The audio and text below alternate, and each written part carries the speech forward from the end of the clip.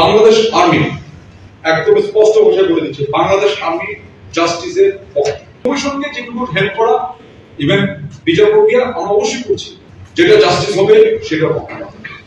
ইনসাফ, no compromise with ইনসাফ, কাম WhatsApp জাস্টিসের পক্ষে আমরা অবশ্যই স্ট্যান্ড ফাস্ট এবং দৃঢ়। বারবার বলা যে সেনায় আইসিপি শান্তি সেনায় আইসিপি আপনাদের ধরুন প্রশ্ন হঠাৎ করে একবার বলে দেবো হ্যাঁ এটা বলার দরকার, বুঝতে পেরেছেন?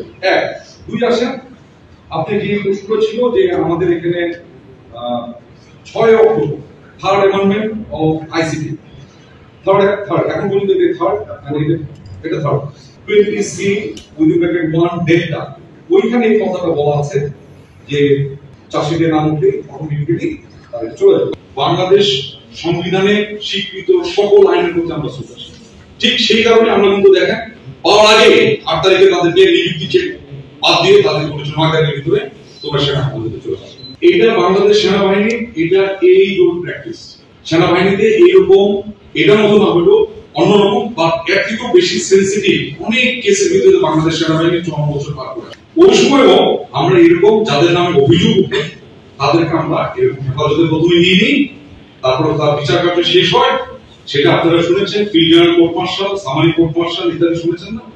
এই কোর্ট মার্শাল গুলো বিভিন্ন প্রকারের কোর্ট মার্শাল আছে, এগুলো সব শেষ করার পরে রায় যখন হয় তখন তার বিচারের রায় অনুযায়ী আইনানুগ ব্যবস্থা, কেউ বরখাস্ত হয়, কেউ জেলে যায়, কেউ ছাড়া পায়, কেউ ইত্যাদি।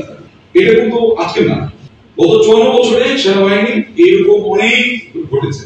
তাদের যে আইন, তাদের যে প্রেক্ষাপট, তাদের তার রিপোর্টিং সিস্টেম হলো সেই ক্ষেত্রে তারা ওইখানে করেছে। যেহেতু তারা আমাদেরই সদস্য, আমাদেরই ইউনিফর্মধারী brigadier, full model, lieutenant model, major, নামতামারি আমার মধ্যে তো, সুতরাং এখন তারা আমাদের হেফাজতে আসছে। এখন এটা হচ্ছে ইন্ডিভিজুয়ালি কে কতটুকু জড়িত ছিল সেই বিষয়টা আমাদের কাছে এখন নাই। চাষিটা আসবে, ডিটেলস আসবে, সমস্ত ডিপার্টমেন্টের কিছু নিজস্ব এবং এটা দেশের প্রচলিত আইনের ভিতর থেকে অনেক কিছু আমরা করি। আমাদের এরকম আছে, সেটা হচ্ছে যে যখন এরকম কেউ হঠাৎ করে মিসিং হয়ে যায় তখন তাকে আমরা একটা ডিক্লারেশন দিই, আমরা বলি AWOL, মানে অ্যাবসেন্ট উইদাউট লিভ।